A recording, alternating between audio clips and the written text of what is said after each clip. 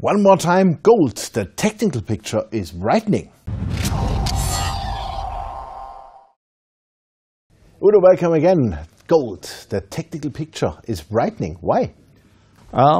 Yeah, we like gold for fundamental reasons, but now also the technical picture brightens because we saw a major outbreak above the 200-day moving averages, as well as above the 50-day moving average on the short-term daily technicals, and as well on the weeklies. You saw that gold passed above the 200 weekly and the 250 weekly line. So gold technical pictures start to pick up, and you saw with this nice chart from US Global Investors how we went over this line, and it might be tested again, so it's not a shot to the moon, but it's a signal. It's a signal, as you can say, and the reasons behind it might be the elections in France, the issue about North Korea, the Brexit maybe. Brexit, the final, still the war in Syria and Afghanistan. So there's still macro themes that are important to the gold price, but on the fundamental side, it's also the money printing side, and that's still an issue. Don't forget, this year we had a little interest rate increase from the Federal Reserve, but we have as well 1 trillion of purchasing by the Western central banks, and that's an annualized rate of $3.6 trillion, and that's, I think, one of the major points that's still driving gold price. And you see with this slide, gold advances in all major currencies the last 16 years. We had only 2 years, I think, in history, the last 15 years, where gold was a little weaker. And I think of interest is the British pound. Absolutely. This year, last year, right? Last year it was nearly up 30%, wow. But that was the issue with the Brexit. And you see, if there are major issues with your own currencies, gold is always a good store of value and a good hedge for dilution of paper money. Or paper money is fine, but to store value, it's maybe not the best vehicle. Gold is the one. That's right. Yeah. Now we spoke about currencies. How is gold behaving against other commodities, for example, oil? Yeah, we said that the technical picture on gold was improving, but I think our long-term reason to like gold is now more and more used by the BRICS countries to exchange their flows from the oil market. So major oil exporters like Saudi Arabia, Iran, Russia, they sell their oil to China, and China is not using US dollars anymore to pay for the oil bill. They start to use yuan, and the oil exporters, they start to exchange their yuan they receive for the oil exports into gold, as the Shanghai Gold Exchange was opened 2 years ago in 2014. And you see now how gold is more or less appreciating against the oil price. And I think 2014 was a major point when the oil market was starting to trade more in the on the gold side. And gold was priced at around 12 barrels per ounce. And now we are already at 24 barrels, what you have to pay for 1 ounce of gold. And you see that oil exporters, their demand for oil is increasing. And that might be also put in question the long-term prospect of the US dollar petrodollar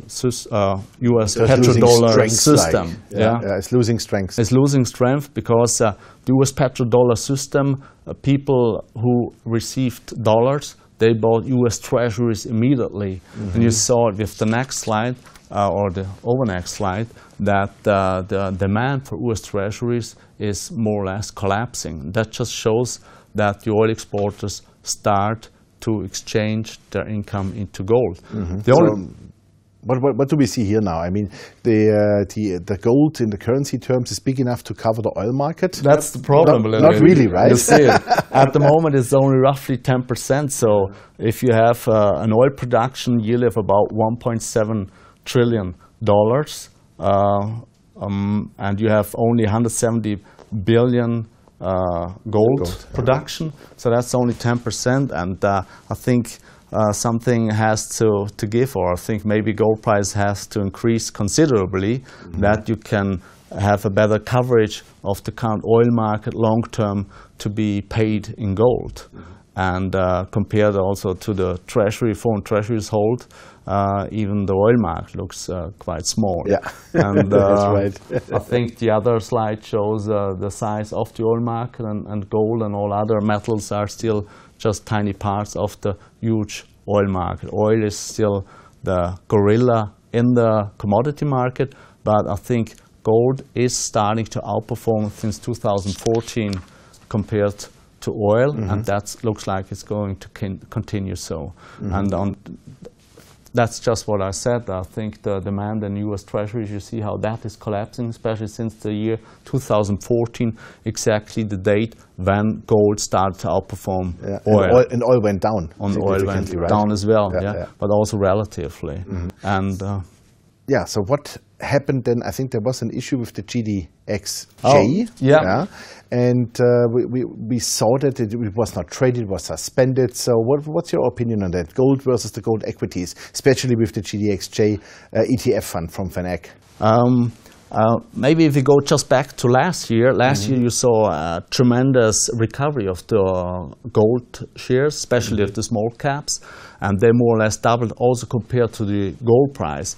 And now you saw a consolidation of these gold mining equities where we invested, but some of these ETFs still received very strong inflows, like assets under management, and they were not able to put these money into the small caps, as the liquidity was not there, already, or they were too big already to invest in them.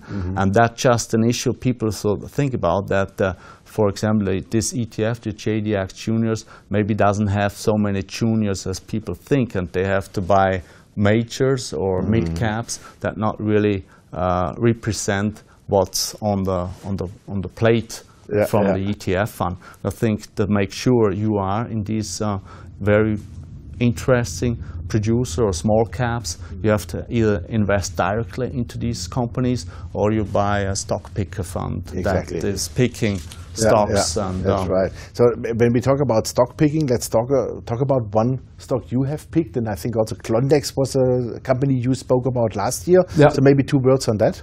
Actually Wesdome, a Canadian producer, did really well and still continues to do well. And that's kind of sort of companies we like in our fund. Same with Klondex. Klondex had a stronger correction recently than Wesdome. Maybe also an issue of the JDX Junior ETF. And heavy snowfalls in Nevada. And snowfalls in the Rocky Mountains in Nevada. But Klondex has been corrected quite hard, and I think they are at levels where we think it's interesting to have a very close look at them again. I like that. Great, Udo. Thank you very much for that, and good luck with the stock picking. Thank you. Thank you. Ladies and gentlemen, that was Udo Sutterluety from Sunares Natural Resources Fund, and you heard it. Gold is the place to be. Gold is the store of wealth, and I would say, to buy gold producers and gold mines, or even, let's say, mining companies directly is a good idea, or even a stock picker fund like Sunares is always an idea to watch. And so we like it as well. I'm your host, Jochen Steiger from Commodity TV in partnership with Dukascopy TV. Thanks for watching us. Bye-bye from Geneva.